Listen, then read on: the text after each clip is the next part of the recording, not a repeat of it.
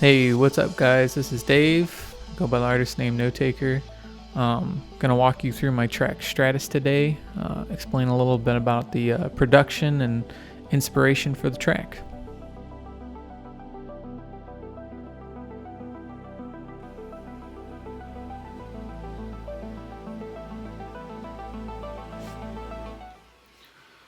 All right, so I'm gonna talk a little bit about the production here on Stratus. So this right here is the project file for Stratus.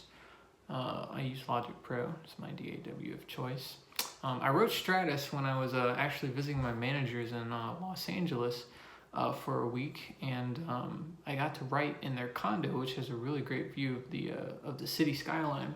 And as I was writing, just getting inspired by all the sunsets I was seeing, and thought the name of the song should reflect that, which came up with Stratus. It comes from stratosphere. So I wrote the song, started off kind of making the vibe first, and then I made the second drop, and then I went back and made the first drop. So let's talk a little bit about how I made the vibe. So everything for me usually starts out with chords and melody. With Stratus, I began the song writing these guys using A and A. Basically, this is your general sawtooth detune or sawtooth with a bunch of unison on the wavetable, detuned, low cutoff here, a little bit of reverb action happening, some EQ, some more reverb on the side channel. Pretty simple sound there. Then I laid that with this guy right here.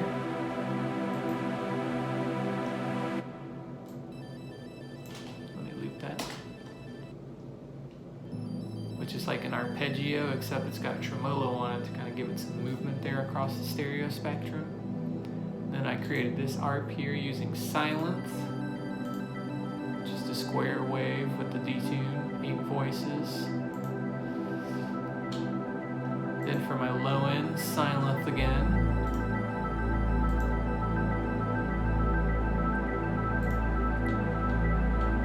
And then I brought in a string layer.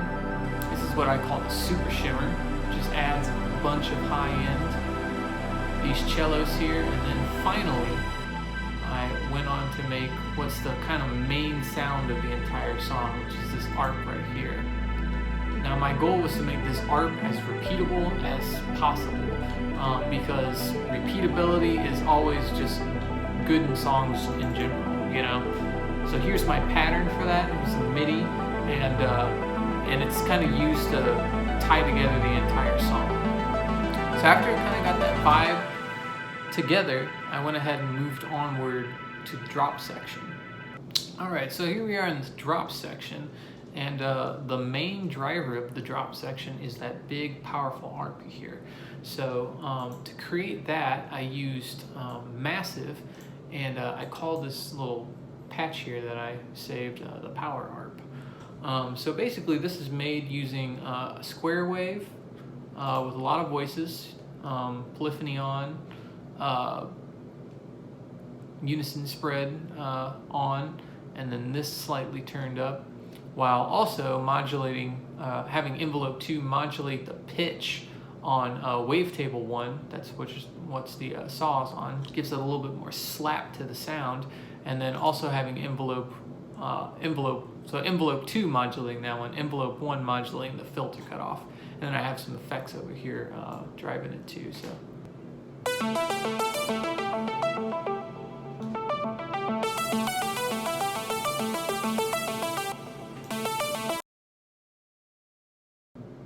Alright, so now that we checked out the main driver, we'll try and check out some of the underlayers of this drop section. So one of the main components here is the bass, my mid bass and my sub bass. So one part of the mid bass here is made with Silence. Once again, cutoff, sawtooth. Cutoff is modulated by an envelope. Some compression here adds a little bit more distortion. And then I also have another layer made with ANA using kind of a more metallic sound, just gives it a little bit more texture to what I'm doing. And then finally, the sub, which kind of glues it all together on the low end side. And that's just used, or that's just made using a serum here and the sub guy, or the sine wave on the sub. I call it the sub guy. And then after that, I created a super saw using the chords that I wrote in the beginning. Layered that on top, bounced it down to audio, and then put some effects on it, and then bounced it down to audio, and then layered that on top of everything, and kind of pulls it a little bit more together. So let's hear how this bad boy sounds with all the pieces of the puzzle together.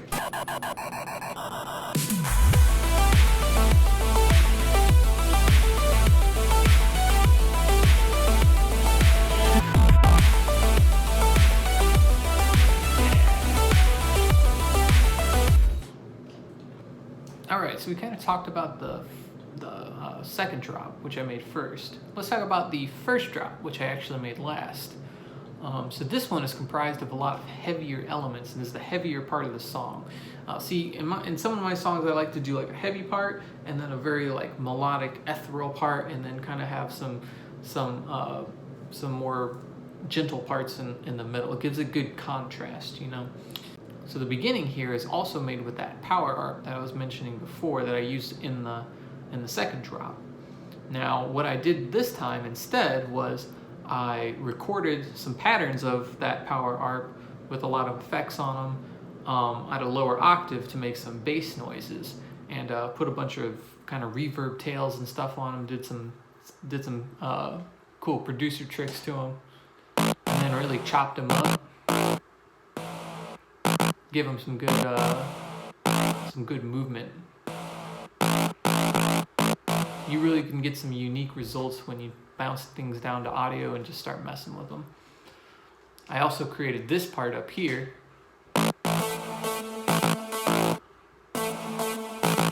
with that patch as well. Now, one of the most unique sounds of this entire song, and one of my favorite sounds, is the Monster 303, and this sound right here. I might as well just loop this part. Boom. And it's such a huge fat noise that reminds me of the Roland 303 bass line. How is this made? Well, pretty simply. Pop open Serum. This is just a sawtooth wave. The cutoff here is modulated with envelope 2, and the resonance on that is up really high. So you can see there what it's doing. But that's not all. In the side channel here, I got a little compression, I have a little EQ, and then here's the real thing that does the magic to it. It's the Camel Crusher. Now the filter utility on here is what I really like, because it just adds so much. Just gives it what it needs, you know. Now all together on the first drop.